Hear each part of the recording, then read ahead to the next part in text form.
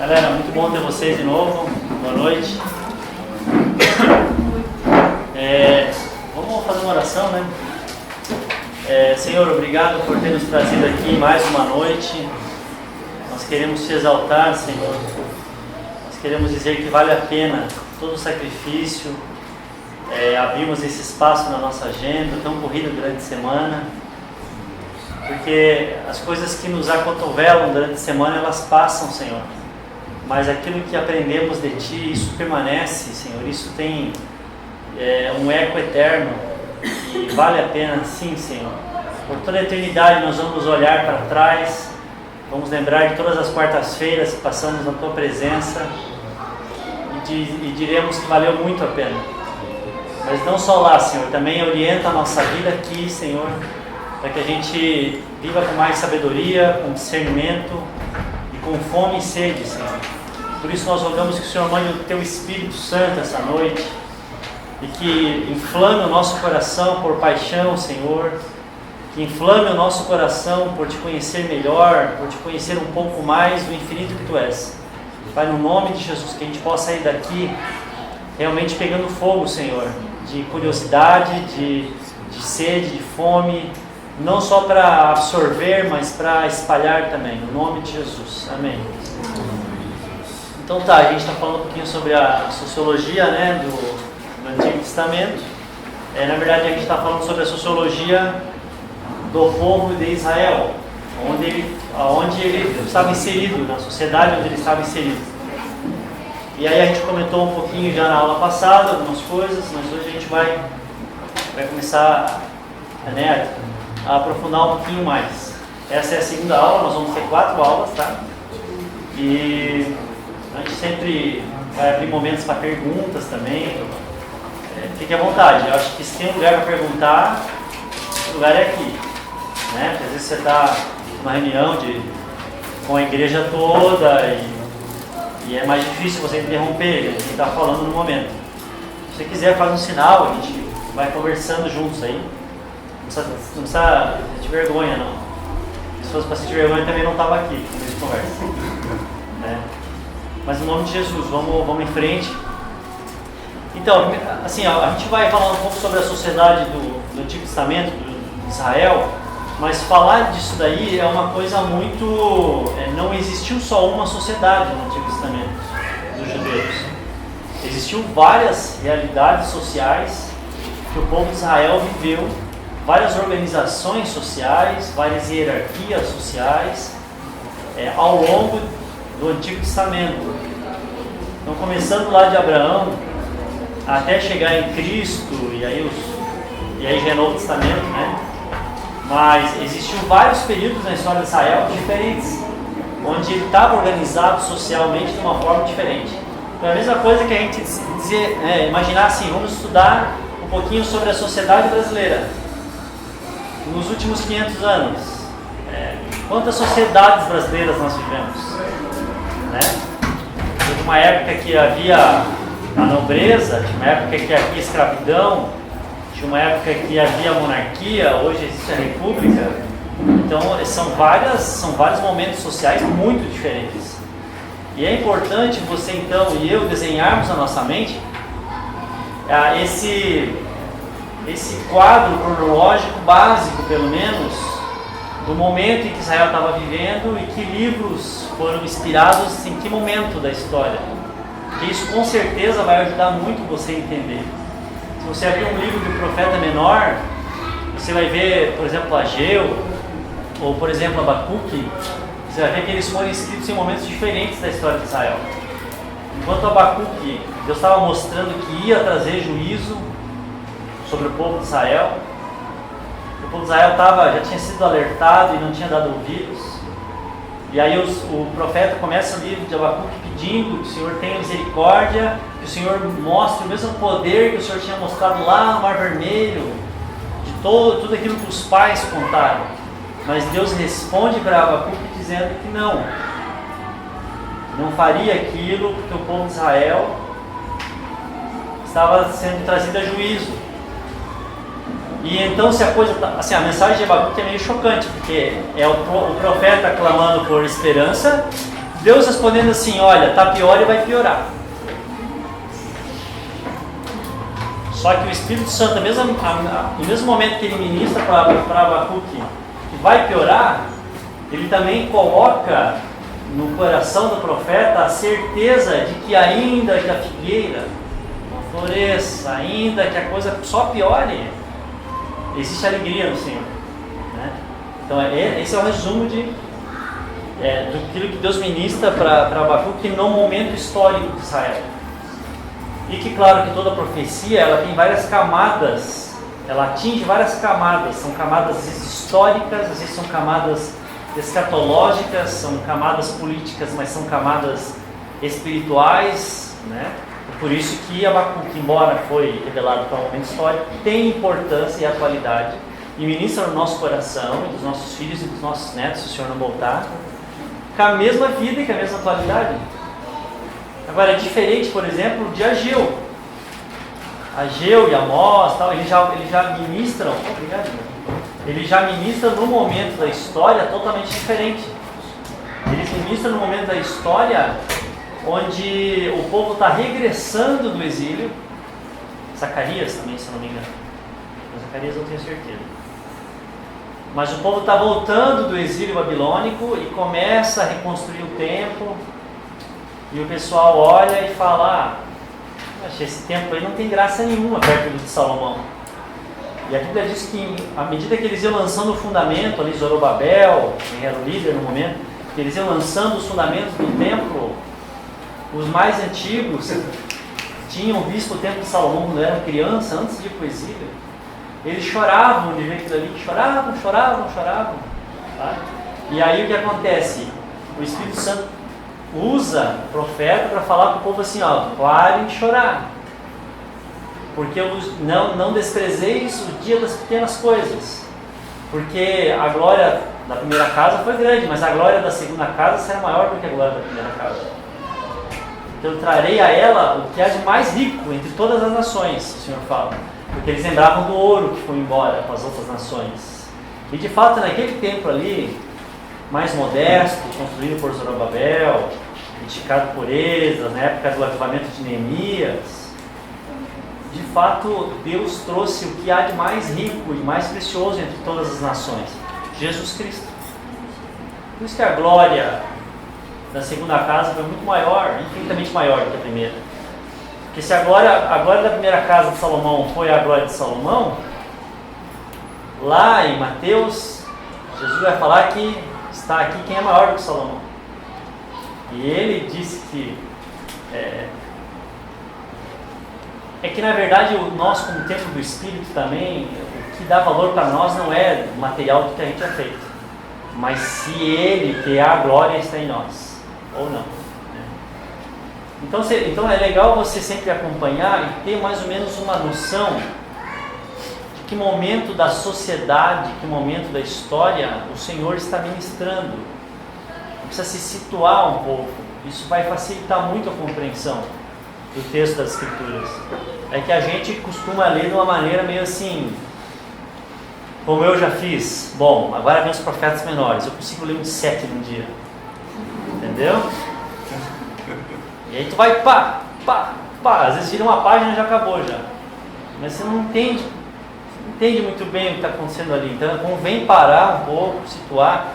Não necessariamente ler na ordem cronológica, não é isso, forçosamente, mas pelo menos entender o momento que Deus vai falar, e aí isso enriquece sim esse estudo que nós estamos tendo da sociedade. Você vai entender daí como é que era esse mundo onde Deus estava falando. Porque Deus poderia ter se revelado em qualquer cultura, em qualquer tempo, e dentro dessa revelação, o Espírito Santo poderia ter escolhido qualquer cena e qualquer personagem ao longo da história. Olha o leque que ele tinha. Mas ele foi lá e selecionou a dedo situações em determinadas culturas, com determinadas pessoas, em determinado momento, em determinado contexto social, porque ele sabia que aquilo ali era o que era de mais importante para nós conhecermos o Senhor. né? Então, convém a gente cavar aí,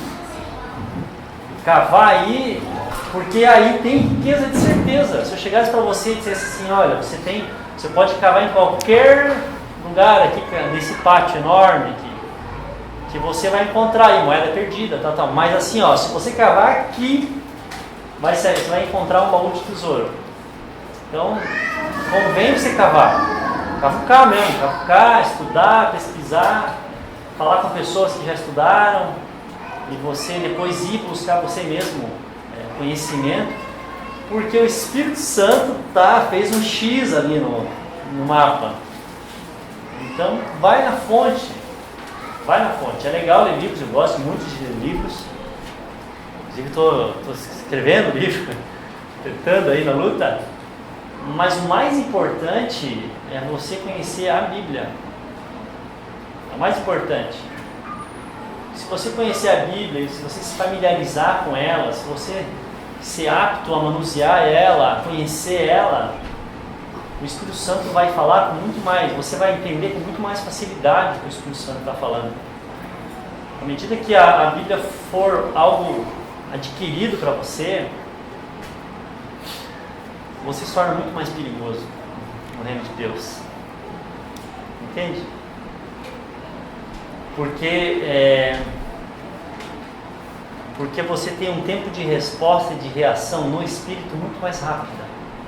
Seja para se defender, seja para atacar. No bom sentido, de atacar, de libertar pessoas, de aconselhar pessoas, de discernir situações. Né? Quantas vezes a gente está, às vezes, aconselhando pessoas, e aí você olha para a vida daquela pessoa e o Espírito Santo ele coloca assim, uma luz assim, ó, em cima, e você enxerga certinho, ó, aqui ela está passando esse tipo de crise. Aí o Espírito Santo traz assim, ó, isso aqui é o que passou José do Egito. Mas olha, ele passou, olha lá, Gênesis tanto, tal, 38, 41, 37, você vai, o Espírito Santo vai te abrindo o entendimento. Então quando você fala para a pessoa que está passando em luta, por exemplo, não fala assim, não fica assim, cara. Deus é bom, vocês são fases. Isso daí qualquer pessoa faz. Agora, quando o cristão está ouvindo, o Espírito Santo vai ministrando para ele fala assim, ó, poxa, você lembra da história de José do Egito? Cara, José do Egito. Aí ele vai falar o quê? Quem é José do Egito, meu? Tem nada a ver José do Egito comigo? Aí você vai falar assim, ó, tem sim. Porque ele também, tal, situação de família, situação de tentação, essas coisas são atemporais. Mas você precisa ter segurança, certeza, convicção do que você vai falar. Você tem que saber manejar bem numa guerra. Você tem que saber manejar bem a ferramenta. Então, e quanto mais você vai se aprofundando nesse conhecimento, do contexto, não só de texto, isso também vai fazendo você discernir. Gente, eu vou contar uma experiência para vocês. Eu já tive momentos de estar chorando na presença do Senhor, de sentir o Espírito Santo muito forte, e de repente vem aquela inspiração dizendo assim, ó, tal passagem significa tal coisa, e é uma mentira. Você vai ler depois, você vai olhar e falar assim, ó, não é possível que foi o Espírito Santo que falou comigo. Porque não é possível. Você lê tudo, você se consagra, você observa, você estuda e você vê que é um absurdo. Dá até uma tentação, entendeu? Você fala, puxa, mas desse lado seria tão bom. Se fizesse esse sentido aqui, parece que ia ser mais legal. Mas não faz aquele sentido. Não faz. Só se você quiser inventar. Só se você quiser colocar uma vírgula, onde Deus colocou um ponto final. Então, todos nós somos suscetíveis a sermos enganados. Então convém, eu não posso entrar muito nesse assunto, né? A gente está falando sobre a sociedade. Mas assim, cuidado, gente, cuidado. Cuidado mesmo, porque ele é especialista em enganar. Ele é especialista em enganar. E muitas vezes as pessoas vão se afastando da palavra de Deus, se afastando, Por quê? Porque eles preferem trocar a palavra por aquilo que se comprova. Já viu? Ah não, mas a experiência me disse que uma mulher tal fez isso, e começa a se afastar das escrituras. Mas o diabo ele é especialista nisso. Quer ver um exemplo? Vou imaginar que tinha uma pessoa possessa por um espírito imundo. Bem, tinha uma pessoa possessa por um espírito imundo. Aí você vai, você reclamar o nome de Jesus, expulsar o nome de Jesus, alguém chega antes que você e resolve colher uma folha de uma árvore aí, e fazer um chá de folha e jogar isso na cabeça da pessoa. Vamos imaginar se alguém que não... Aí quando você chegou lá, o chá de folha expulsou o demônio. Entendeu? E aquela pessoa ali falou assim, nossa, realmente, olha, eu tive uma iluminação na hora, e me veio assim, ó, chá de folha. E eu fui lá e joguei chá de folha na cabeça dela, ninguém conseguia controlar a pessoa. Na hora ela ficou liberta. O diabo está enganando. Entendeu? Aí você pode olhar e falar assim, ó, realmente, olha, próxima vez que tem um processo e eu não estiver muito bem com Deus, eu acho que eu vou até lá pro chá de folha, não custa, entendeu? É menos vergonha que eu passo. Mas é um engano. Então, como isso daí, ó, as igrejas estão cheias de engano, cheias de pessoas que estão se corrompendo, estão se afastando da simplicidade que é em Cristo Jesus. Por quê? Porque a experiência mostrou que se ela subisse um morro com 20 litros de água nas costas, se ela fizesse uma corrente de não sei das quantas, certo? E aí se começa a criar amuletos, tudo isso aí vai se afastando, porque daí você começa a escolher métodos e a criar crenças e costumes que não tem nada a ver com as escrituras. Então a gente tem que estar muito assim discernindo, sabe? Às vezes a gente vai estar nos cultos e aí você vai ver, ou ligando a televisão, ou escutando no rádio, que onde você estiver, você vai ver assim que o pregador ele está torcendo a palavra, por exemplo. Para mexer com o emocional, para mexer com o bolso, para mexer com alguma coisa que está mexendo. Então você olha e fala assim, ó, não, isso é mentira, porque o texto não fala isso. Não, isso aqui não aplica. Não, na época de Israel não era assim. Entende? Não, na época de Israel ele está usando isso daqui como não. Na época de Israel, lá na sociedade de Israel, lá na cultura de Israel, nesse tempo, não era assim. Isso tinha só a função disso. E aí a gente cai em outro erro muito comum, que é o quê? Isso daí eu acho que já passou, talvez uns 4 anos atrás, a febre disso estava maior do que eu vou falar para vocês. Mas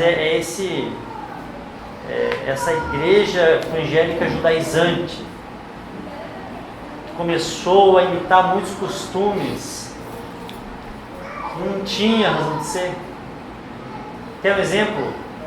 A galera está ali tocando uma música em dedicação ao Senhor com uma guitarra, o outro está com violão, chega o cara com o shofar. Gente, o que o shofar tem a ver com a musicalidade de hoje em dia? Não tem nada a ver. Aliás, já era assim, tinha gente que não conseguia tocar o shofar, você ficava nervoso, ficava olhando a pessoa soprando vermelho aquilo.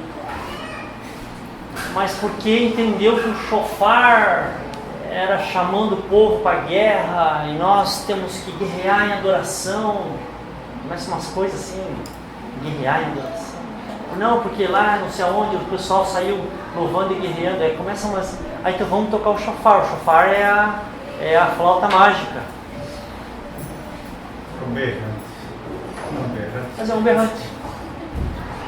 Começa muitas vezes com uma coisa que pode parecer uma curiosidade, Sim. ou algo para acrescentar, uma coisa diferente, Sim. e aquilo vai virando um costume até que vira tradição e aí não se larga nunca mais.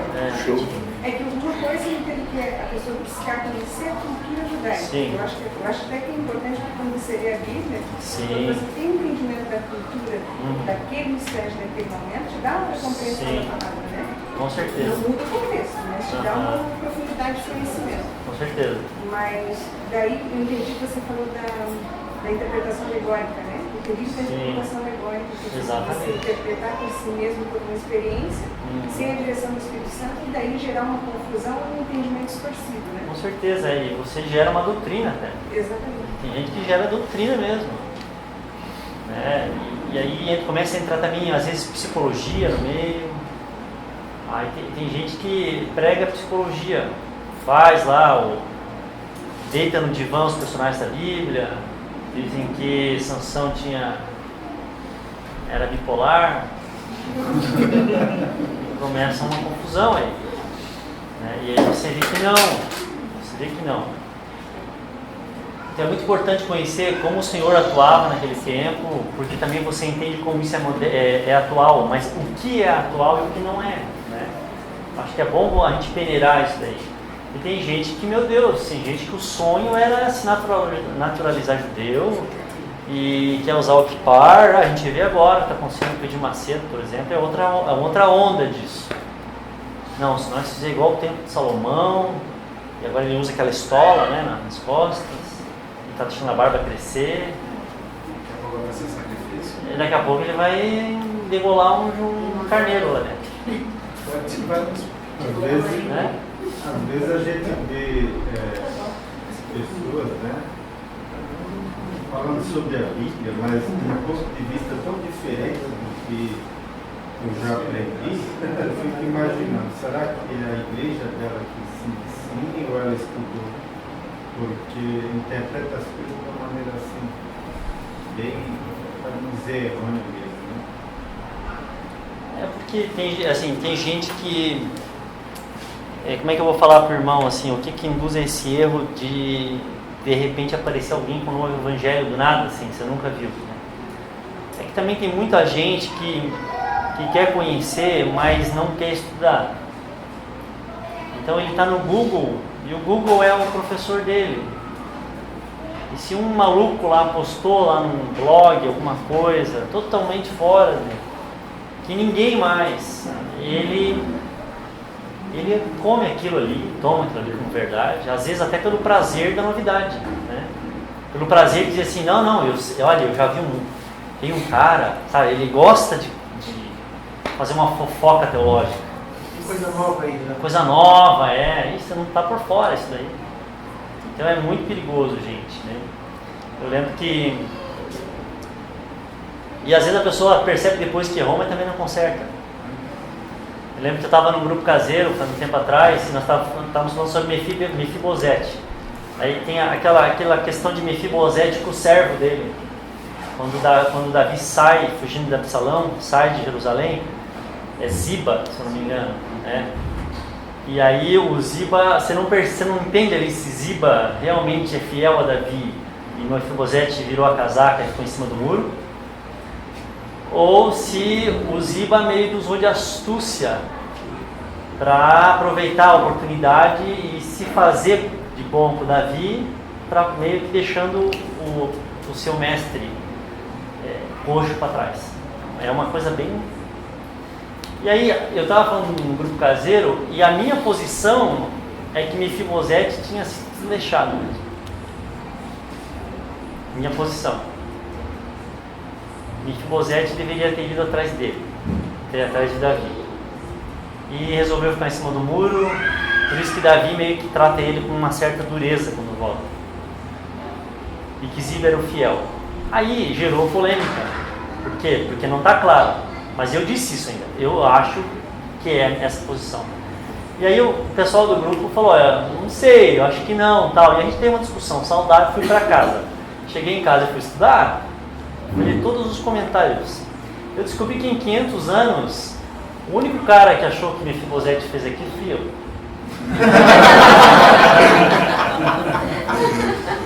Em 400, 500 anos de comentário bíblico, o único cara que teve a iluminação, entre aspas, fui eu. Revelação.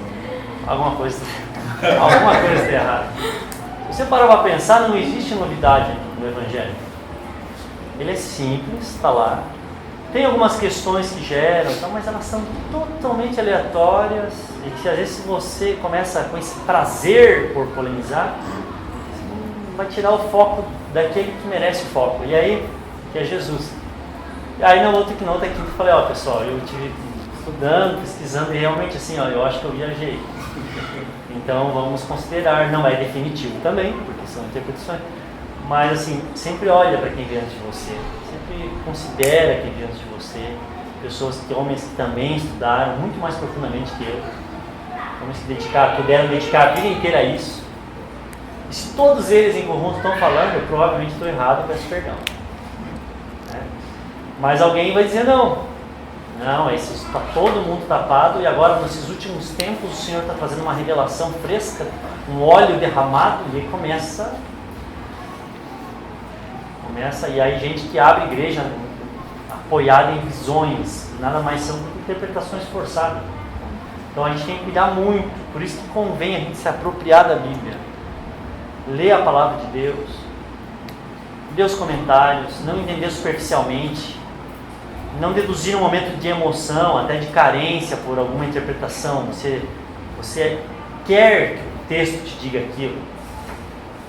Imagina eu lendo o Abacuque num dia de tristeza. Né? Eu quero que, não, mas Deus diz que vai. E não diz. Deus diz lá que vai fazer juízo naquele momento. Então, assim, a gente tem que respeitar, sabe? O que diz as Escrituras, o contexto em que ela diz. E à medida que a gente respeita e se interessa por ela, acontece uma coisa muito saudável, que você se apaixona cada vez mais, mas nem por isso você idolatra coisas que ficaram lá. Formas, por exemplo, métodos, com um determinado momento da história. Então, é difícil você encontrar alguém que começa a estudar a sociedade judaica tal, a fundo, e não seja assim contagiado por uma certa, assim, de dizer: não, realmente eu queria ser judeu porque nós devia ser mais judeu, e começa uma coisa de judaísmo mesmo dentro da igreja. Eu acho que aquele ali foi um povo que o Senhor escolheu para revelar a si mesmo as Escrituras, mas ao mesmo tempo a gente tem que ver o nosso privilégio também e equilibrar. Fazer isso com equilíbrio e não assim, meu Deus, sabe? Porque eles são o que são, foram o que foram, porque o Senhor tem misericórdia deles. Assim como outros povos também o Senhor tem misericórdia. Mas a revelação toda do Antigo Testamento, toda a base, tudo veio deles. Então Paulo fala em Romanos: qual é a vantagem do judeu? Primeiramente, a eles foi otorgada foi confiada toda a revelação. Então, nesse sentido, a gente tem que olhar para a sociedade deles e, sabe, desfrutar de todas as coisas que estão em todos os níveis da sociedade. Mas cuidado, eu queria dizer isso, cuidado, porque você corre o risco de, assim, aloprar, vamos dizer assim, e começar a achar tudo que... E o cristianismo, e Cristo especificamente, foi muito rejeitado por causa dessa febre. Cristo foi morto por pessoas que amavam o Antigo Testamento e que amavam a cultura judaica, que amavam a sociedade judaica tal como ela era, não queria que ela fosse mudada. Então a gente tem que entender a revelação, né, semeada nessa sociedade, mas saber também equilibrar com o limite bom senso, sabendo que Cristo é toda a plenitude daquilo que estava em sombra lá. É isso aí. Quem já viu aquele... A verdade é olhar atrás, mas o presente e o futuro. Sim, exatamente. Então, e aí começa quando você se empolga com o assunto, você começa a criar certas falsas verdades, né? São mentiras que vão se tornando verdade. Por exemplo, todo mundo fala assim: porque o judeu, ele sempre foi um povo muito próspero, cara. Onde ele põe a mão, ele prospera. Mentira. Ele, pelo contrário, ele foi um povo escravo, foi um povo teve momentos profundos de pobreza, de opressão militar, política e econômica. Eles é um povo que não desenvolveu muito a sua tecnologia ao longo da história. Ele era um povo que, por exemplo, em vez de desenvolver técnicas de irrigação, eles muitas vezes criavam gado, assim, pecuária, uma coisa mais... não necessitava de muita técnica, entende, né? Por isso que eles eram facilmente oprimidos também. Aí Deus é que intervia na história para reverter. Embora havia promessas de que Deus ia prosperar eles, mas essa prosperidade nem viria deles. Era uma bênção do Senhor que ia fazer a terra produzir com abundância, mas nunca pela capacidade nata. Aí depois da diáspora, em 70 depois de Cristo, é que você vai ver que eles foram espalhados pelas nações. Espalhados mesmo. E então, para se adaptar e para sobreviver, eles começaram a ter que empreender. E o Senhor abençoou eles ali para conservar eles como nação. Mas essa questão de o judeu, onde ele põe a mão e tal, é uma coisa que historicamente nem sempre foi assim. E aí você vê Deus abençoando eles por graça, para que eles se conservem como povo, até porque eles estão cercados de inimigos hoje em dia. Então, até hoje, a questão da riqueza de Israel é algo fundamental para a sobrevivência. Porque todos os povos vizinhos ali, se pudessem, se não vissem caças mais evoluídos e armamentos mais evoluídos do lado da fronteira, já era. Então, hoje é essencial na história de Israel, como foi na Idade Média, por exemplo, mas nem sempre foi assim. Então, a gente começa a ter assim, não, eu tenho sangue judeu, então eu vou prosperar no meu comércio, umas coisas assim que não tem razão de ser. Minha esposa, acho que vai querer a chave do carro. Então é muito perigoso, gente. Deixa eu atender minha esposa, gente. Tá antes que vocês, tá?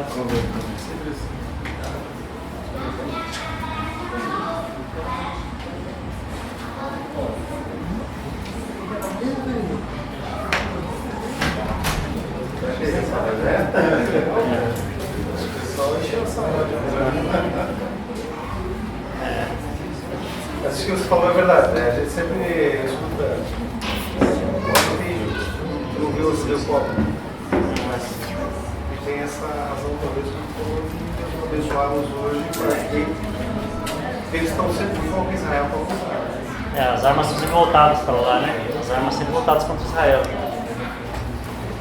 Mas se eles fossem um povo tão poderoso, Hitler não faria o que conseguiu fazer com ele. Então assim, a gente tem que ter equilíbrio, né? É isso que eu quero chamar, assim, os irmãos. Então, você acha que através do Antigo Testamento a gente tem como afirmar que Israel tem um plano diferenciado do resto do mundo? Olha, pelo Antigo Testamento, você pode dizer sim. Você pode dizer. É porque é que tem um determinado momento que é difícil você fazer a exegese de certas profecias, entende? Porque quando ele fala Israel no Antigo Testamento, ele está falando daquele povo, mas quando você traz para o Novo Testamento, nós somos o Israel de Deus, né? Paulo Nós somos o Israel de Deus. Se você ler Gálatas 3, por exemplo, você vai ver que Paulo fala claramente que os que são da fé é que são filhos de Abraão, por exemplo. Então você também se enquadra. É bem delicado. Isso aí eu vou deixar para o professor de... E esse conceito de antissemitismo que foi anunciado, uma maldição sobre o povo judeu, isso é de fato uma maldição? Isso é prover de Deus? Ou é a inveja dos povos sobre Israel? Qual é o seu posição? Olha, em 70 DC, Jesus falou que eles sofreriam porque não conheceram o tempo da visitação. Quando ele chora sobre Jerusalém, por exemplo. Né? E Jesus profetiza sobre a destruição, né? Não ficará pedra sobre pedra e tal. A partir daí, eu acho que é mais inveja do que do que maldição, talvez. Eu acho que houve ignorância, eu acho que houve muita ignorância dos povos, né, na Idade Média, na Baixa Idade Média, que é chamado, né, porque queriam culpar os judeus. Todo judeu era um possível crucificador era um Judas. É uma coisa assim, o bode expiatório da sociedade, entende assim? Mas ao mesmo tempo você vai ver que toda a Inquisição, o que aconteceu, por exemplo, na Península Ibérica com a Inquisição, foi nitidamente um interesse, assim, ignorância barra inveja. Porque até em 1400 mais ou menos, ali em Portugal e Espanha tinha muitos judeus. E eles, porque tinham essa coisa de ser um povo diferente e empreender, eles prosperavam nos lugares onde eles foram. Isso é fato. Só que quando começou a Inquisição, né, da Igreja Católica, eles começaram a perseguir os judeus. E naquela época os judeus tinham muitas posses mesmo. E aí você vê que muita gente começou... Bastava 2 testemunhas, por exemplo, em Portugal, durante mais ou menos uns 300 anos, bastava 2 testemunhas dizer que viu alguém adorando outro Deus ou cometendo um ato que pudesse ser entendido como bruxaria. Totalmente subjetivo, tá? Que as 2 testemunhas iam e tal, e se mais alguém visse e tal, ele podia ir para a fogueira. Ele ia. E muitas vezes ia em fogo baixo, né? Ficava o dia inteiro assando antes de morrer. Então os judeus, entendeu? Imagina, o cara era dono aqui do quarteirão todo, tinha uma horta plantada aqui no quarteirão. Vamos denunciar o cara lá, ninguém se dá bem com ele mesmo, ele não tem os mesmos costumes. Vamos denunciar o cara ia pra fogueira e a gente ficava com a horta dele, dividia entre nós. Então aconteceu muito isso, tem relato histórico mesmo, aconteceu muito isso. Por isso que os judeus, entre 1500 e 1600, eles fugiram da Península Ibérica, que era onde o catolicismo era mais radical na Europa. E eles fixaram onde? Na Bélgica, na Holanda, esse país, que era um paísinho desse tamanho, mas que depois explodiram economicamente. Enquanto que a Península Ibérica, historicamente, se tornou um dos lugares mais pobres da Europa. Por quê? Porque virou essa cultura de denúncia, de ninguém confiar em ninguém, de tirar vantagem em cima do outro, e aí o povo assim sofre, né, a longo prazo, esse tipo de cultura, né? Então eu acho que assim, a julgar, pelo menos eu te digo que em 1000 anos desse daí, eu te digo com certeza que foi assim, a ignorância no sentido de vamos descarregar todos os males da sociedade em cima da cabeça desse judeu, porque ele crucificou Jesus, que nós adoramos, e ao mesmo tempo, se nós fizermos isso, também vai ser economicamente interessante para nós. Então deu o que deu, esse antissemitismo, assim, esse ódio, assim. Eu acho um pouco motivado pelo diabo também, né? Mas o próprio judeu, a gente percebe assim que onde ele está, ele não se mistura com a cultura, né? Ele fica meio que ilhado, né? Eu tinha um amigo judeu, ele era muito fechado, Sim. sabe? Muito desconfiado. E onde ele ia, assim, ele não era de amigos. Percebe essa preservação, né, da cultura. Sim. Até o pastor Samuel ele falou, né, que um povo que depois de 2000 anos Se reuniu e volta para sua nação, falando seu idioma fluentemente, né, enquanto ele citou gerações de... a gente fala de... citou a tradição germânica, né? Quantos aqui alemães que tem os avós alemães já não falam mais idioma, já não conhecem a cultura, italianos, né? E assim vai. Sim. E eles não, 2000 anos depois voltaram como se saíram para dar uma voltinha. Né? Então, É verdade, é incrível. Observar. Mas hoje eu entendo quando você fala assim, eu acho que existem coisas que são boas que nós podemos aprender com eles. Uma delas é isso. Isso no bom sentido, não no sentido de que nós temos que viver numa ilha. Mas quando nós falamos de preservação de valores, de princípios e valores, né? Quando você, se nós pensamos, né? Se nós na comunidade que vivemos, vamos falar como cristãos, de modo geral, né? Se nós abrimos mãos de tudo aquilo que nós aprendemos, sem cedendo aquilo que a sociedade impõe, onde você vai parar como cristão que você acredita ser? Isso é algo para pensamento, né? Mas se expor demais. Essa colocação até por causa identidade cristã que hoje nós temos assim, cristão entre aspas. A questão é isso mesmo, é que a gente falava na última aula. Eu acho que esse estudo da sociedade judia, eu acho que ele faz leva a gente para uma reflexão mesmo. A gente pensar assim, ó, poxa vida, a gente também vive no meio de idolatria, também vive no meio de sociedade decaída, e nesse sentido a gente não é uma ilha, porque eles também não eram, eles também comercializavam, eles também, mas nunca misturar os teus princípios, entende? Nunca diluir o teu caráter, o teu chamado, a revelação que te foi dada. Isso daí é fundamental da gente. A gente até frisou isso na última aula, que a gente também tem que aprender, à medida que a gente estuda a história de Israel, que todas as vezes que eles se misturaram, Deus veio e eles sofreram mesmo. Então, assim, a gente é um povo que a gente não deve afastar as pessoas no sentido de dizer a gente é melhor que vocês, entende assim? Mas também não deve temer se outros nos derem as costas porque nós não acompanhamos eles nas suas escolhas, entende? Eu acho que é esse o equilíbrio, assim. A gente não deve achar que a gente é autossuficiente, que não precisa de ninguém, porque senão Jesus já podia ter voltado, né? A gente precisa, nós somos sal da terra, nós somos luz do mundo, nós precisamos amar o próximo, mas ao mesmo tempo saber cortar, né? Quando a coisa está indo uma direção que desagrada o Senhor, que faz você simplesmente desprezar os princípios, os valores, aquilo que o Senhor te legou. Isso daí, gente... E por isso a importância do conhecimento das Escrituras. Com certeza. Você olhar e falar assim, não, isso aqui não agrada o Senhor. E aqui, se não agrada o Senhor, eu não tenho que ter vergonha, nem tenho que ter uma fobia de dizer, eu não vou. Entende assim? Por isso que se frisa tanto na educação, principalmente a educação que nós temos hoje, né?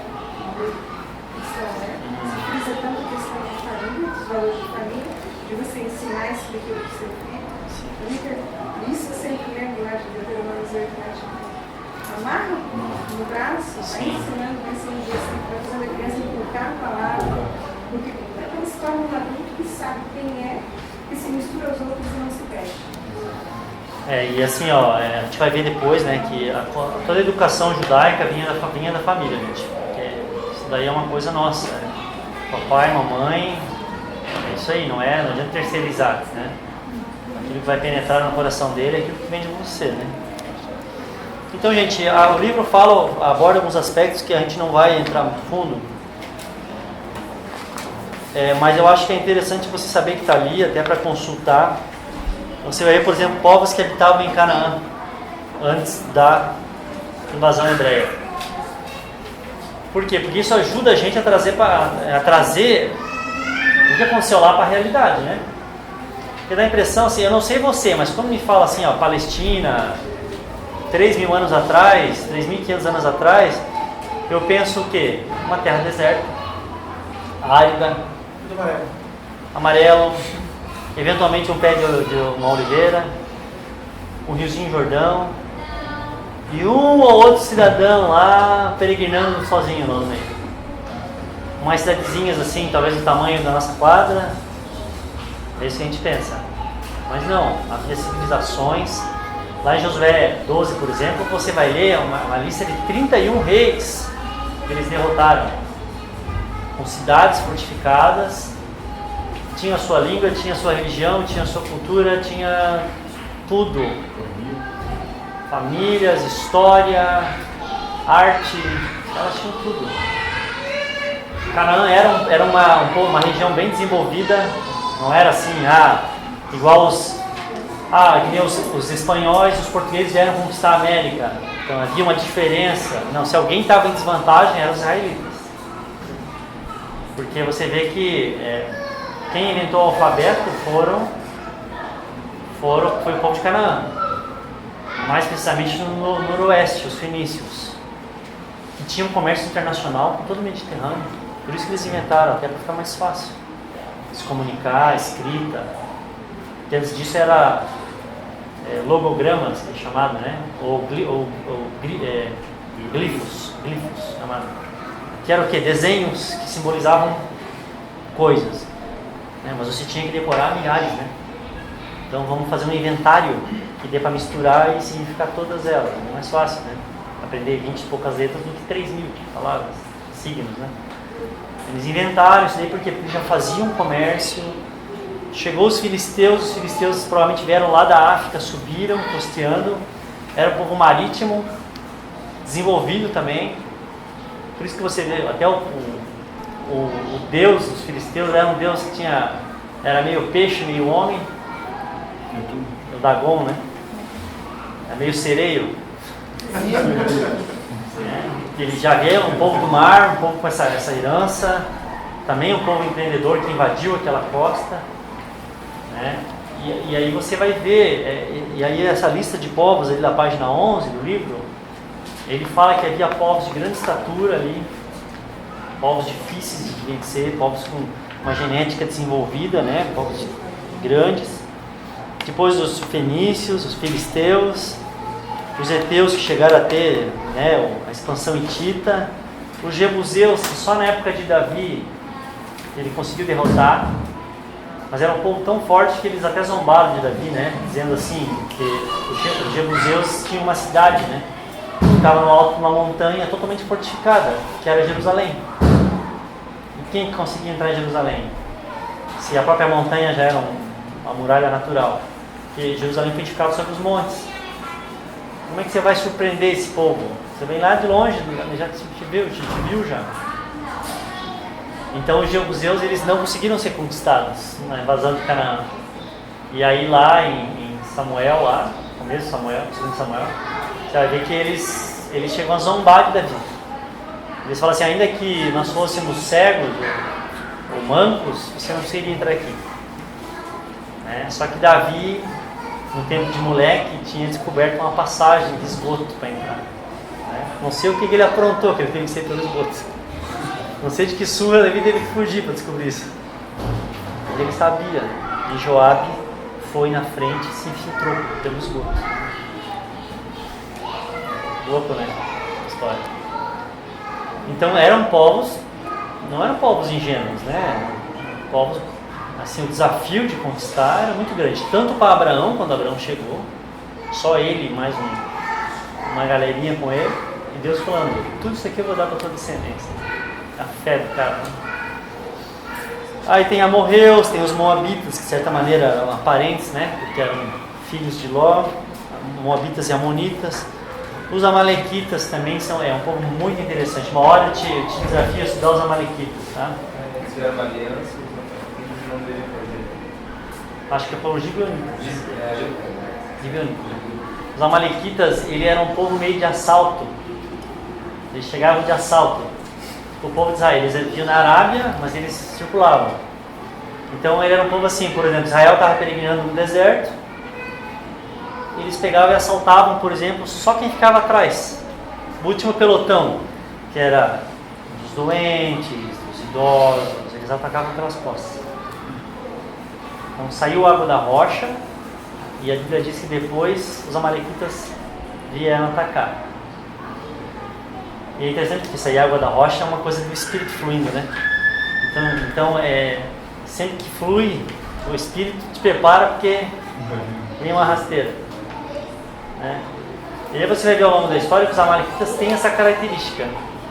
Por isso que Deus falou assim, ó, enquanto eu farei guerra de geração a geração a Amaleque.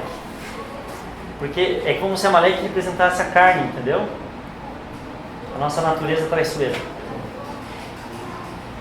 E aí se você continuar lendo as escrituras, atrás de Amaleque, você vai ver que lá, quando Saul assumiu o trono, Deus falou para ele, destrói Amaleque, totalmente, não deixa nada dele. E aí o que Saul fez? Poupou. O rei Agag, lembra dessa cena? E aí quando Samuel chega, ele vem, Saul, fiz o que Deus me mandou, tal, mas daqui a pouco... né? E aí você vê que quem vai meio que destruir quase totalmente é Davi mesmo. Quando eles atacam uma cidade filisteia chamada Ziklag, e Davi foi ajudar os filisteus, porque nesse tempo ele estava exilado, né? Quando ele voltou para a cidade, estava em chamas a cidade. Aí os homens de Davi quiseram apedrejar ele. E ele falou, não. Aí tem um versículo que fala, mas Davi se esforçou no Senhor, ou achou forças no Senhor, contra tudo e contra todos. Resolveram perseguir o exército, atacaram, e aí sim Davi só não destruiu 400 caras que fugiram de camelo. Porque a carne você nunca, mesmo obedecendo a Deus, sempre vai sobrar uma raspa para te perturbar ainda. Por isso que Davi foi o homem segundo o coração de Deus, porque ele lutava mesmo contra os inimigos de Deus. E Saul não. Saul, ele queria o melhor dos dois mundos, né? Davi odiava os inimigos. Davi odiava os inimigos de Deus. E Saul não. Saul queria estabelecer ali Veja bem. Esse pecado aqui não, esse aqui sim. Aquele ali vamos poupar, esse aqui é melhor. O Senhor odeia isso. Então os amalequitas é meio interessante. Os edomitas... Oi? Por que está dizendo de procedência dos idosos, os amalequitas?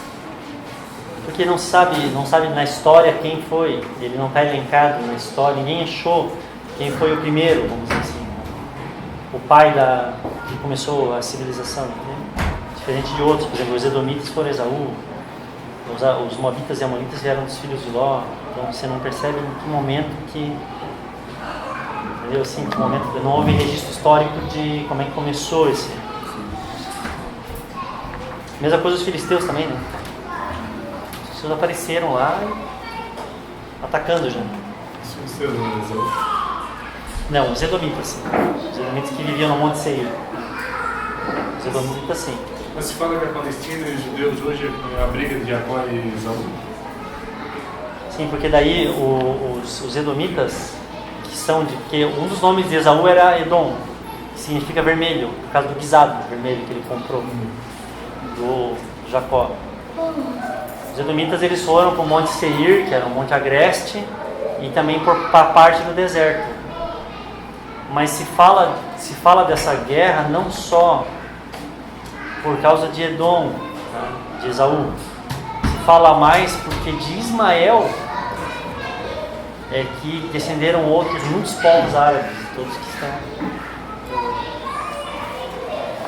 Então tá, gente. E aí, quando que horas são? Me perdendo na hora.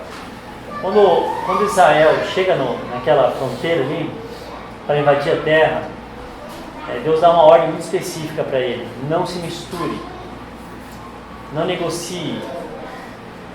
Pelo contrário, se você ler, por exemplo, passagens igual ao Levítico capítulo 20, Deus começa a fazer proibições de ordem social e até sexual. Não te deitarás com animais, homem não se deitará com homem, né? Isso vai falar de Levítico 18 a 20. Homem não se deitará com homem como se fosse mulher, não colocarás, e aí fala, e não farás essas coisas que as pessoas que fazem culto a Moloque fazem. Porque por essas práticas a terra está vomitando os seus moradores. Nossa, olha essa imagem que Deus usa. É como se a terra quisesse vomitar quem está em cima dela. Não suporta mais o nojo da podridão que existia lá. Então, a prática, assim, o Senhor vem e diz assim, tipo assim, Israel, tu vai entrar, tu não vai morar em parede de meia com eles, não vai trocar figurinha com eles, porque é mais fácil quem está embaixo puxar para baixo do que tu puxar os outros para cima. Você é velho igual ao mundo, gente. É gente que se engana. Né? E aí eles vão lá e tal, tentam, conquistam, não conquistam tudo o que deveriam, porque se acomodam também, tá bom aqui e tal. Mas ao longo da história você vai ver que existe muito sofrimento e daqui a pouco eles estão também servindo a Moloque, fazendo as mesmas coisas, também a Zerat, também as Astarotes, aí você vê os Baalaíns, você vê um monte de referência às cidades de Israel com o nome de Baal, com o nome de Baalaim, Baalaim de Judá, por exemplo. Inclusive no livro aqui tem vários nomes de cidade que 500 anos depois ainda tinha o nome de Baal, quer dizer, eles estavam por lá ainda, muitos povos. próprio faraó do Egito conquistou uma cidade cananeia dentro do território de Israel para dar de presente para a sua filha que casou com Salomão. Coisa que você vê que eles estavam ali. E isso daí serviu de tropeço para Israel. Muitas e muitas vezes mesmo.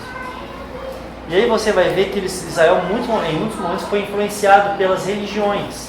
Porque quando a gente fala das culturas, a gente está falando diretamente da religião. A religião é que orientava toda a política, por exemplo. A religião que orientava todo o calendário, a religião que moldava a importância das classes da sociedade. Então, se você vê as 3 grandes religiões que influenciaram Israel, que foi a religião egípcia, no primeiro momento, depois a religião cananeia e depois a religião babilônica, você vai ver que elas tinham coisas em comum. E é interessante porque você vê o reflexo desse mesmo tipo de coisa até hoje. Por exemplo, havia muitos deuses. Os deuses tinham funções específicas e os deuses eram locais. Tá? Eu vou repetir. Havia muitos deuses. Politeísmo. Adoidado. Os deuses tinham funções específicas. Um era responsável pela chuva, igual Baal. Outro era responsável pela fertilidade. E aí você vai ver que eles também tinham a sua jurisdição, entendeu? Eles tinham uma certa área onde eles atuavam. Eles eram deuses limitados geograficamente. E o Deus de Israel é totalmente diferente, né? Porque ele é um, embora em 3, né? Mas ele é um. Deus uno e triuno, né? Ele não tem uma função específica. Ele é todo poderoso. Por isso que várias vezes é o todo poderoso. Deus, eu sou o suficiente, eu existo e eu domino. Sobre tudo é meu. Nem templo vocês precisam me fazer, ele disse. Eu não habito em casas feitas por mãos de homens. Obrigado. E, ao mesmo tempo, ele não está restrito a uma região. Bem diferente do Santo Antônio Casamenteiro, cuja função bem diferente do Exu, não sei das quantas, no terreiro. A função dele é aquela ali, ele tem mais ou menos uma área de atuação. No caso, Exu descansa. Foi exatamente. Como é que é? O João Caso e o Exu descansa. Mas o Deus de algo também propagou a mesma filosofia.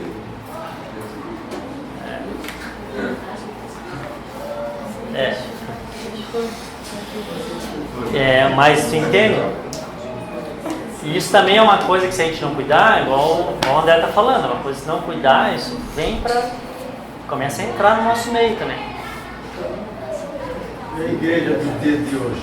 E aí você vê, aí agora vamos trazer esse plano de fundo social, vamos transpor para o modo atual, os riscos, né?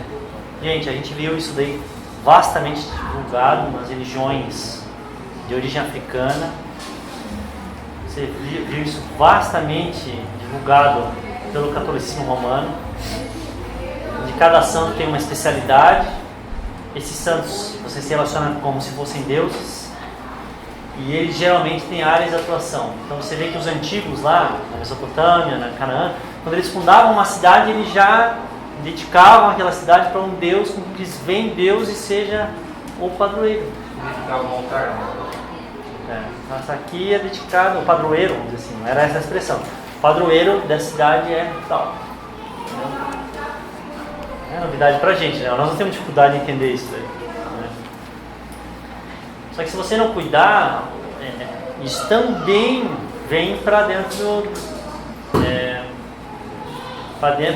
dos cristãos reformados, protestantes, né? Aí quando você começa a ter um interesse muito forte em estudar, que eu acho errado, tá? Vou ser polêmico aqui, mas você começar a estudar muito a fundo, nome de demônio, área de atuação, RG, CPF, escolaridade, currículo, entende? Onde mora, onde que circula, principais pontos onde você pode encontrá-lo. Eu acho que, vejo na palavra de Deus que o Senhor é maior, infinitamente maior. E eu acho que se isso for necessário em qualquer contexto, você perceber e ter um discernimento do Espírito, para saber de que modo aquele espírito maligno está escravizando uma pessoa, está enganando essa pessoa, isso daí é bíblico. Agora ficar entrevistando o diabo, querendo mapear, eu acho que não nos compete.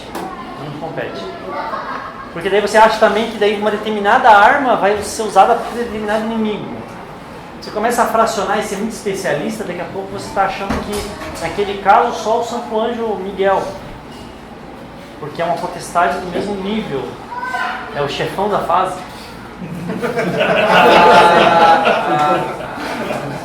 Não, eu não sou capaz. O Jesus que está em mim, o Regis Crentinho, não é capaz. Aí você começa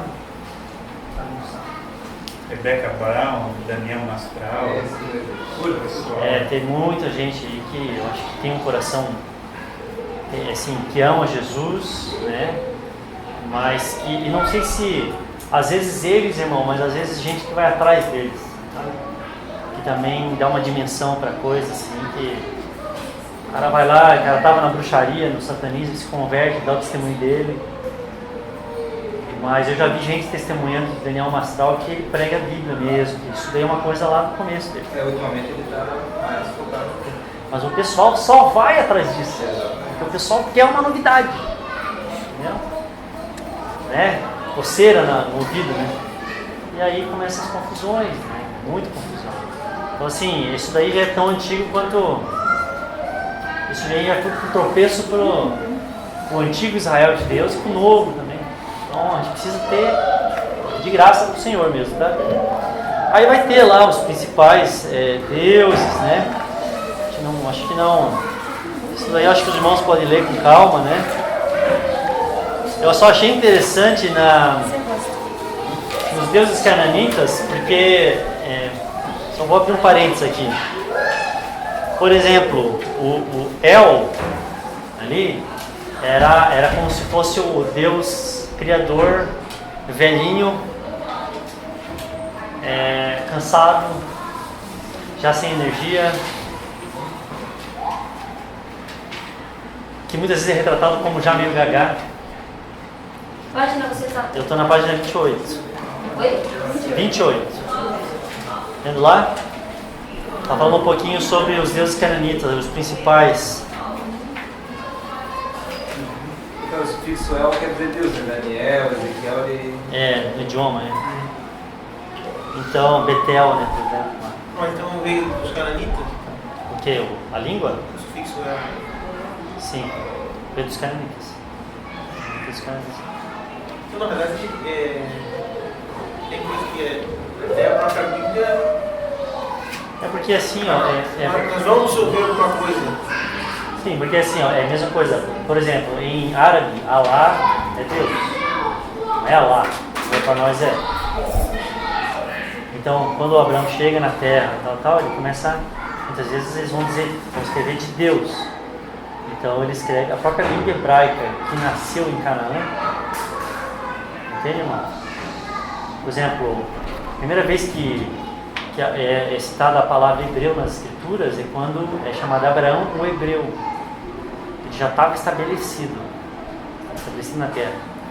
Então a língua hebraica já nasce do que? De uma mistura lá da Mesopotâmia, que era a antiga Caldeia, com a língua cananita. Quando eles vão falar por exemplo, por isso que Abraão dava nomes para Deus também. Para dizer assim, o El Shaddai. Não é o El lá do teu panteão. É Deus, mas é Deus que você não conhece. Entende? Foi o que os missionários fizeram, por exemplo, quando eles chegaram em povos que não tinham, e fazem em povos que não têm conhecimento nenhum de Deus. Se você ler um livro, eu recomendo demais esse livro, Fator Melquisedeque, um autor chamado Don Richardson. Ele vai dizer o quê? Como que missionários ao longo da história, ao longo do mundo, chegaram em culturas e eles precisaram usar uns elementos daquela cultura para revelar o Evangelho. Eles precisaram fazer missão transcultural, entende? Então muitas vezes eles identificavam qual era o nome de maior respeito pela divindade que tinham, pesquisavam para ver se aquilo ali não tinha nenhuma distorção e começavam e aí você vê que geralmente eles têm pontos muito fortes. Por exemplo, eles chegaram na ilha de Sumatra e tinha um povo, quando eles desceram do barco com o livro na mão, tinha um povo esperando eles, dizendo assim, ó, pode falar agora, porque que hoje está se cumprindo a profecia. Aí eles foram ver, eu já vinha falando em sonhos com ele e tal. Tinha o antigo Deus, Criador, que era o Deus lá no começo, do primeiro casal, aí dava um nome nada a ver assim, o idioma deles para o primeiro casal, e eles comeram um negócio, uma árvore, depois veio uma chuva, mas que depois eles esqueceram desse Deus e começaram a servir os espíritos da floresta, fazer sacrifício, mas que eles tinham sofrido muito, então os avós já vinham sonhando que ia chegar pelo rio, gente com a pele diferente, com um livro, com um negócio na mão, que vinha falar para eles do verdadeiro, do primeiro lá, que ia ser enviado pelo El. Aí usa aquele. Entendeu? Aí eles Esse entenderam. mesmo. Então, nós íamos falar dele. Então, nas traduções da Bíblia, eles usaram o nome do cara, o nome de Deus na cultura. Eles perceberam a revelação de Deus naquela tradição, que Deus nunca se deixou sem testemunho. Agora, na língua, então, depois na língua El, Elohim, aí vira hebraico mesmo, e aí é prefixo para o Senhor, né, Deus. Mas esse El aqui já era um outro El, entendeu? Era um El do panteão cananita. E esse El é um El ali, ó. Alguém fisicamente fraco, senil, resignado, e as suas esposas e a sua posição foram tomadas pelo seu filho, que é o Baal. Então se Deus envelheceu, ficou fraco, e o Baal chegou, agora é minha vez, pai, sai fora, eu vou mandar a brasa. Então é interessante porque na nossa cultura, no senso comum, por exemplo, muita gente quando pensa em Deus é enganado pela mesma mentira. Um Deus criador, que uma vez deve ter sido poderoso, porque criou tudo isso aqui, mas acho que hoje deve ser um velhinho lá no final do universo, sentado no trono, que já não se lembra mais de nós.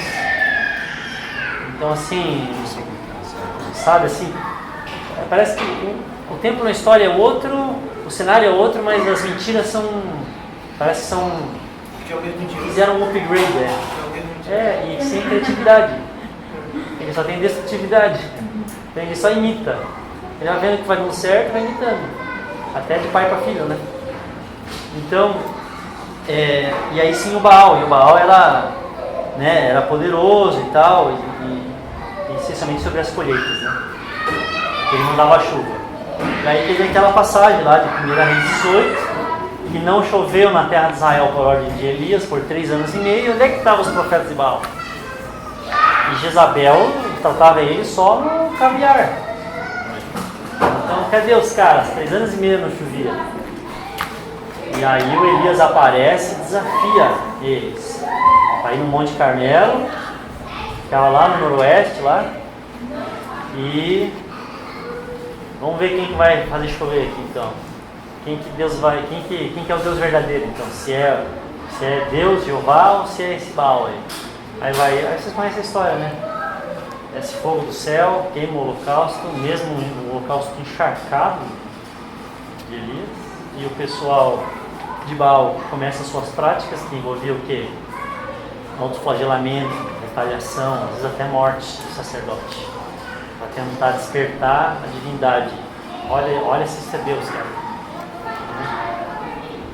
Ele só te atende se ele vê você sangrando e se retalhando, né? E aí Elias até tira uma casquinha, né?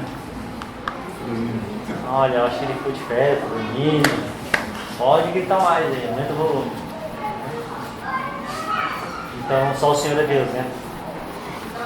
Então, você vê, depois os da Babilônia. A Babilônia já é mais parecida com o tempo de hoje, né? Por isso que a linguagem profética de Apocalipse usa muito a Babilônia. Porque a Babilônia tinha Deus. Tudo era Deus.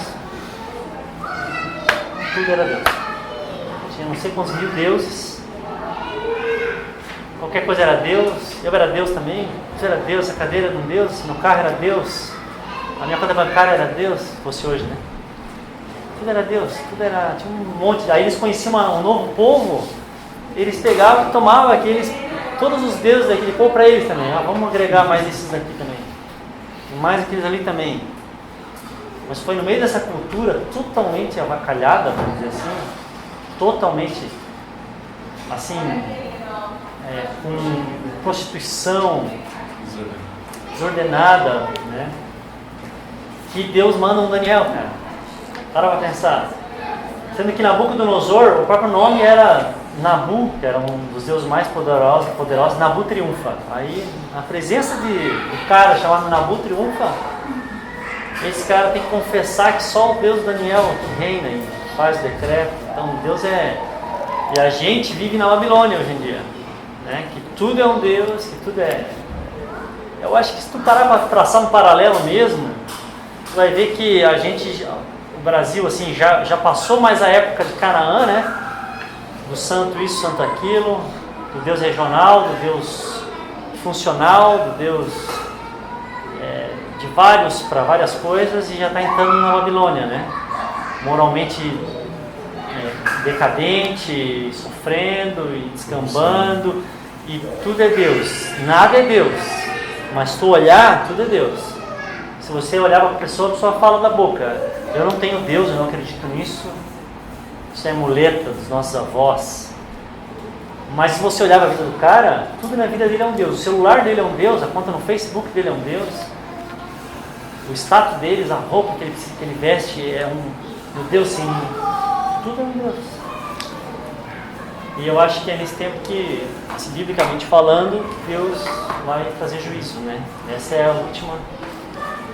última de todas, né? Porque é a mais decadente. Né? E a semelhança da Babilônia, o juiz da Babilônia chegou quando eles realmente perderam qualquer respeito pelo sagrado, pelo divino, né? Eles trouxeram os vasos sagrados do templo, Belsazar, né? E vamos tomar cachaça e vamos fazer festa e orgia com os vasos consagrados. Então, apareceu a mão na parede, né? Mene, mene, tekel, parsim, né? Então, se você traçar esse paralelo, o mundo não está mais zombando já do que antes, até há pouco tempo se respeitava, que era a questão do sagrado, do religioso. E aí hoje em dia vem todo esse cinismo, niilismo do porta da frente, por exemplo, zombar, tirar sarro, atacar os valores, tudo. E nós que somos vasos do Senhor não podemos entrar nessa, né? Porque aqueles vasos lá da Babilônia, eles não tinham escolha, porque eles eram só objetos consagrados. Mas nós podemos ficar de fora, porque nós somos vidas consagradas, né? Hoje, quando a gente revela que mas a zombaria, sim. é um motivo de zombaria. Por isso que está próximo o juízo, né? Por aí tu já observa. Então é isso daí, gente. Parece muito distante, arqueológico, mas se você parar para pensar, a gente vive também. Por isso que a palavra do Senhor, ela se mantém atual. Porque as roupas mudam, os materiais mudam, a tecnologia muda, mas o ser humano e a história ele se repete muitas vezes, né? E o Senhor permanece atual. Achei bem legal, foi um programa dos adventistas da arqueologia cristã, que tem lá no YouTube, né? Sim. Lá é bem bacana também, você vai a fundo. É interessante. E mesmo assim, eu acredito, tá? Que se o Senhor não tivesse conservado o povo de Israel, imagina, por alguma razão o Senhor não tivesse intervido na história de Israel para conservar. Hoje em dia as pessoas iam dizer que até o povo de Israel nunca existiu. Assim, ia dar um jeito de dizer, não, isso daqui não, isso daí é, sabe? Mas o cara encontra um ossinho lá no meio da lama e constrói um dinossauro e diz exatamente como ele era. Eu acho impressionante. Nega-se o que se quer e afirma-se o que se quer, tudo como se fosse verdade. Mas tem gente hoje que diz que, na verdade, Israel nunca foi escravo, né? No Egito. Tem muita gente que diz que, na verdade, o judaísmo foi inventado depois, naquela época lá onde sumiram as escrituras, né? E o rei reencontrou novamente as escrituras. Tem gente que afirma que foi a partir dali que surgiu o judaísmo. Mas você falou sobre o fato de que se Deus não tivesse intervenido na história, né, do povo, não tivesse conservado de certa forma, né, na memória do povo a cultura judaica e tudo mais, nós não saberíamos hoje o que seria. Mas olha que interessante o que você falou. Esses dias eu estava conversando com uma pessoa crente, né, filhos crentes, e ela me disse assim, falando sobre a educação de filhos, de adolescentes e tal. E ela disse assim para mim, esses princípios e valores se aplicam ao tempo passado, crente, experimentador de igreja. Hoje, isso não tem mais validade, não é mais assim. As coisas não são mais assim, eles são levados dos filhos, até certos princípios, como no casamento, sua filha, né? E eu fiquei pensando, ouvindo aquilo, fiquei pensando, onde é que está a falha? Né? Eu coloco esse contexto de sociedade, muito de igreja, de sociedade mesmo, né? Eu acho que a falha, assim, a falha de hoje em dia, muitas pessoas acharem que tudo ficou no passado, é isso, é porque as pessoas, elas se encantam com as novidades, né? Mas a novidade nada mais é do que a mentira com uma nova roupa, né? E é isso, gente, você vê cada vez mais as mesmas mentiras sendo faladas, mas de uma maneira que soa diferente. Aí a pessoa olha que interessante, né? Então acho que o diabo está enganando muita gente vestindo velhas mentiras com caras novas, né? Não é a igreja que está indo para o mundo buscando o mundo, né? Na verdade, é o mundo que está entrando na igreja e trazendo seus valores. Também tem uma questão de que a sociedade ela está em constante mudança. Sim. E queira ou não queira, durante algum tempo a igreja sempre está inserida na sociedade que vai mudando e tal. Mas como conseguir pesar isso aí? É esse. Porque vai existir uma mudança, vai existir uma outra forma de pensar, uma outra forma de porém, como conseguir conciliar isso? Eu acho que, assim, eu acho que o discernimento e o conhecimento das escrituras é essencial de você entender que hoje em dia a gente está em cadeira de plástico, não está mais de madeira, está o ar-condicionado ligado, a aula está sendo gravada por um gravador moderno, mas as coisas não se sabe, tem coisas que não podem mudar, tem coisas que podem. O que é cada uma dessas é que a gente está perdendo, eu acho. Mas até os próprios conservadores acabam fazendo uma confusão, porque imagina quando colocaram os data show com os hinos da arma cristã nas igrejas, meu Deus, cara. Mas o que isso, né? O que isso mudava a essência? Nada. O que importa é o louvor. Agora, tu entende assim, cada nova geração fala, não, nós não podemos repetir o que os nossos pais fizeram, porque está todo mundo cansado disso. E aí começa a tomar atitudes, às vezes, no impulso pela mudança, mas não pesa e filtra aquilo que realmente precisa ser mudado e aquilo que não. E eu acho que essa questão do marketing, sabe, de despertar uma insatisfação em coisas que não precisa, é que é um perigo, eu acho. Você pode ser atual sem necessariamente ser deslumbrado pela novidade. por tudo quanto é novidade. Né? Eu gosto do Chesterton, que é um escritor inglês, genial, por sinal, e tem, no livro da Ortodoxia, ele fala como é que ele se converteu. Olha, é bem interessante, né? Embora a linguagem seja um pouco difícil, meio filosófico, assim. E ele fala que ele descobriu que, assim, que Deus tem uma alegria que se renova de uma maneira tão grande que Deus se satisfaz com as coisas do mesmo jeito.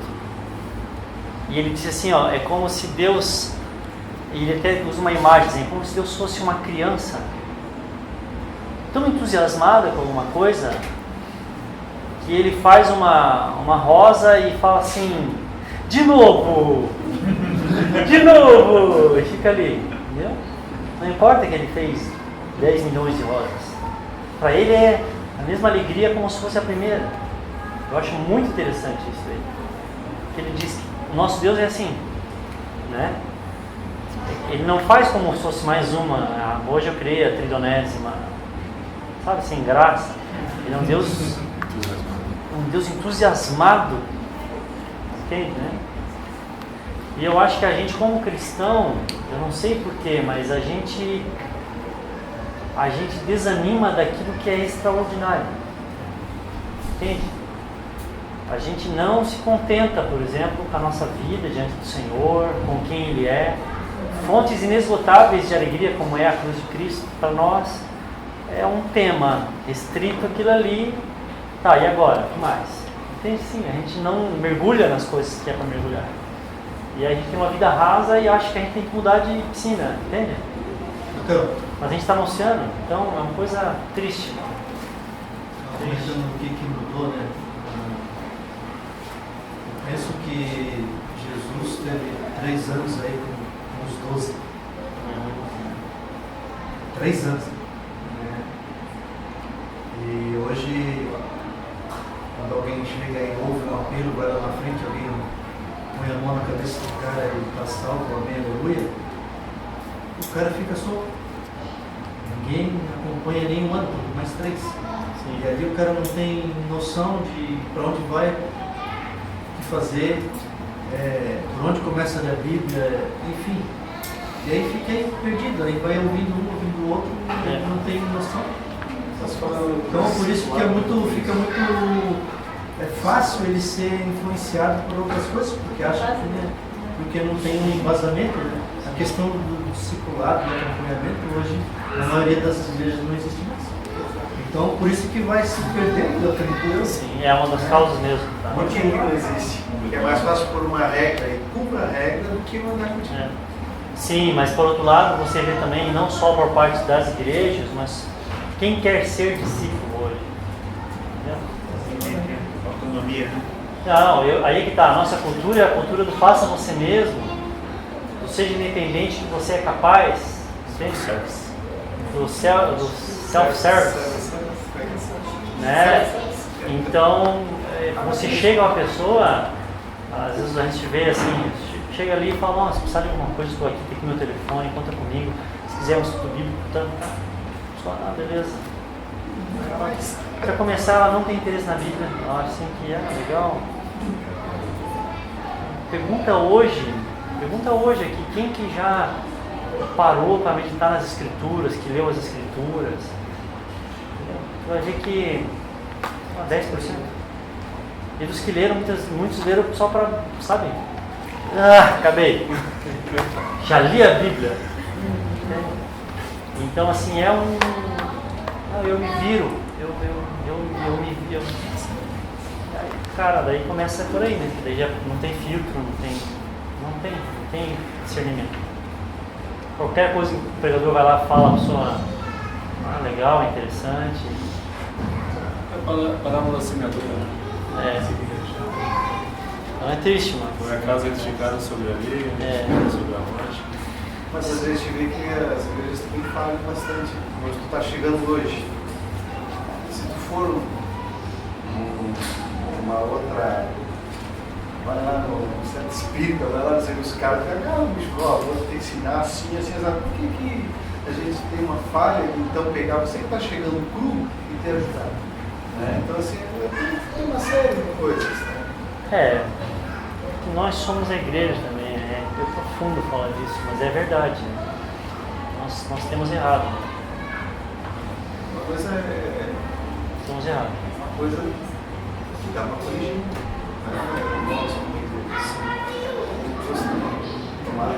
Por isso que nós estamos aqui, né? Gente, mais alguma pergunta? Semana que vem nós vamos falar sobre entrar nos santuários de Deus. Que horas são, André? 9h30.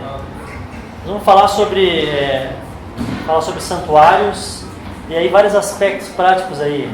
Economia, família, né? A gente vai estar meditando sobre isso daí, tá? Eu só vou dizer uma coisa só para vocês. Essa questão do santuário é muito interessante. Eu não vou entrar assim, eu só quero dar uma faísca assim para a próxima semana. Tem vários santuários, tá, na história de Israel. O primeiro, o mais básico, foi do pai Abraão lá, o famoso altar. Ele fazia o altar, levantava as pedras e oferecia o sacrifício. Aí depois teve lugares onde Deus foi se revelando e as pessoas foram entendendo que aqueles lugares ali eram lugares especiais, vamos dizer assim, né? Que remetiam à presença de Deus. Por exemplo, Betel, né? Bet é casa, Deus, Betel. Betlém, que é casa do pão, Belém. Inclusive, vou abrindo um parênteses dentro do parênteses, então. Sabia que o alfabeto, porque nasceu de línguas semíticas, o alfabeto o nosso alfabeto vem de alfabetum, do latim, que vem do grego alfabeta, porque é alfabeta, né? A letra A e a letra B. Mas os alfabetos mais antigos do mundo são os abjar, que vêm das línguas semíticas, inclusive do hebreu. Né? E é interessante porque os hebreus eles foram associando o alfabeto com coisas. Assim, para decorar, eles associavam. Então, por exemplo, a letra A assim, tônica, significa pai, de onde vem Ab, ou Abá. E a letra B lá é Aleph, né? Aleph B seria alfabeto, entendeu? Aleph, que é a letra A, e Bet. Só que eles associaram A, B como A sendo pai e B sendo casa, Bet, como Betel. Então ficou casa do pai. Interessante, né? Porque se você fizer usar isso daí que Jesus, que é o verbo e é a palavra, você vai ver que ele é a revelação carnal ou tabernaculada do pai. Aí tu pira o cabeção também, tá? É muito louco. Mas enfim, gente, a gente vai estudar os santuários, tá? Até é interessante porque você vai ver que Moriá fica na região da ilha de Araúna, que fica onde foi construído o templo de Salomão, onde mais tarde, na mesma região que Cristo foi crucificado. Louco, né? Então, na mesma região onde Abraão ofereceu Isaac, Deus cessou a praga e o juízo contra o povo na ilha de Araúna. O templo foi construído, Cristo crucificado, na mesma região geográfica, no mesmo conjunto de morros. É louco, né? Deus sempre falando a mesma mensagem, né? Essa ilha de Araúna deve comprar. Ele compra para cessar a praga. Porque Deus sempre fala a mesma coisa. Então, o mesmo local onde Deus julga o pecado, na ilha de Araúna, né? Que o anjo vem para matar e cessa a matança, é o Calvário, tipologicamente mostrado em Gênesis 22 com Isaac, e é o local de encontro entre Deus e o homem, que é o templo. Tudo se amarra, o santo é fera. Chega, gente, vamos orar?